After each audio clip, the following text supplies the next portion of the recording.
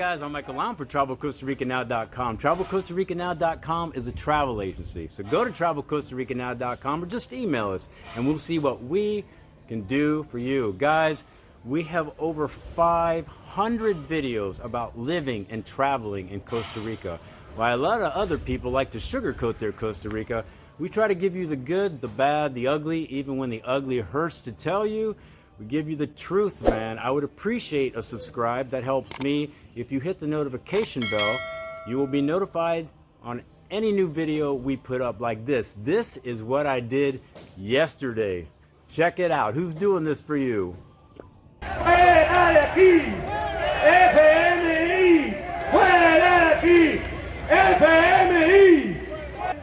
So, man, we made the trek from La Fortuna to San Jose, which is 2.5 hours for those of you who keep in track, man. We heard there was going to be a huge Hong Kong-style protest in the middle of San Jose, you know, protesting the government. So, man, I wanted to be there, man. It was, you know, I was hearing, man, this is going to be a historic event. So, man, I couldn't miss it. So we made the trek. So, now, if you don't know what's going on in Costa Rica, real quick, pre-COVID, Costa Rica was already in financial problems as a country. So, obviously, COVID exacerbated that problem and, you know, made it tenfold. And so they have big-time problems. And so the protest is what you think the protest would be about. Corruption in the government, mismanagement, the economic situation right now, which is, you know, it's just under 25% unemployment. That's obviously a huge number. They want to raise the various taxes, and right in the midst of a pandemic. So obviously people are ticked, mad, pissed, and for the record, I'm in agreement with the protesters. Now, as you can see, man, I was just disappointed. I was very saddened by this. There's at the most 200 people here. I give them props. They were a very vocal group. That was kind of cool. But, man, I think this was a huge missed opportunity. I'll get to that in a second. But one observation I made, I thought this was very telling, and I do not want to debate whether you should wear a mask or not. I just thought it was interesting. It seems like when you're rebelling against the government, it seems like you should, you know, double down, go all in. And I just thought that there would be a lot more people not wearing masks. I would say there was only a handful of people not wearing masks, and I was one of those people. Now, what's interesting to me is this is telling about the Costa Rican people. So they're too nice not to wear a mask at a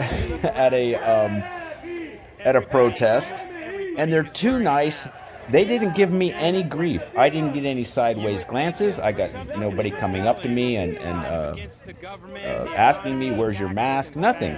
I got nothing. So I thought that was just interesting and telling about Costa Rica as a people. You can take that for whatever you will. So here's what I think. I'm going to tell you why I don't think too many people showed up. There's a few pretty decent reasons, but what I think this is a total missed opportunity. I think if you can get hundreds of thousands of people to converge on the capital city, I think, you have a good chance of getting international coverage about that. I think it has a much bigger impact, and I think it shows solidarity for with the Costa Rican people, and I think it puts the president on notice. I think it puts him on notice, man. Hundreds of thousands of people. I think you might go, we might have to address this. But what did they do?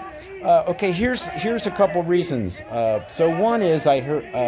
I don't know if this is true, but a lot of people were saying, obviously, the pandemic. They didn't show up because of the pandemic.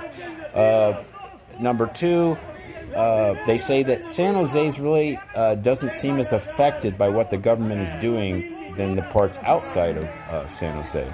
I'm not sure if that's true or not, but actually I think it probably is. And the third reason is they went to their go-to protest. What does Costa Rica do when they are mad at the government? This is their go-to protest, as you can see right here. They stop traffic. So in 21 places or so around Costa Rica, they stop traffic. They parade up and down the streets. They go to places like Limon and stop the import-export, and that's how they protest. And as you can see, we participated in this protest as well for 3 hours. I am not complaining. I stand with the Costa Rican people, but Yeah, so you just sit there. This is a major, major freeway, and they just shut it down. And so they let us all go at 5.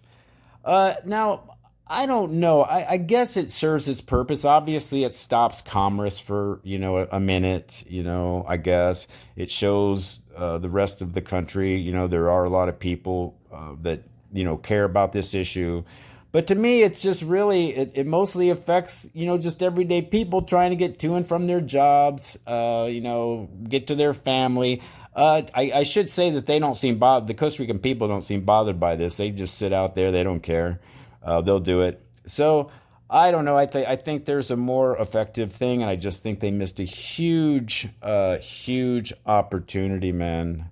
Hope they can get that straightened around. Anyway, guys, that was my day yesterday, man. I hope you found it interesting. Later, man. Have a good day. I'm Michael Allen, TravelCostaRicanNow.com. I'm ready to move, man.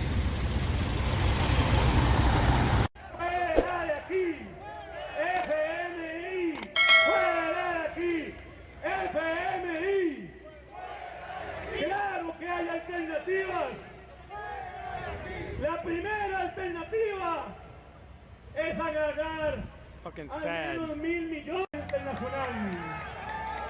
FMI, fuera de aquí.